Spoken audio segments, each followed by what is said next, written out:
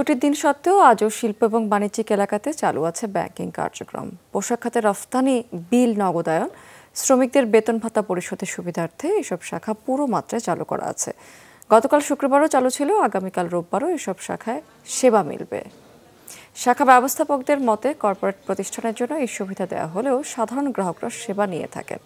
সীমিত জনবল দিয়ে এসব শাখা কার্যক্রম পরিচালিত হচ্ছে, তবে নিরাপত্তা ব্যবস্থা জোরদার করা হয়েছে।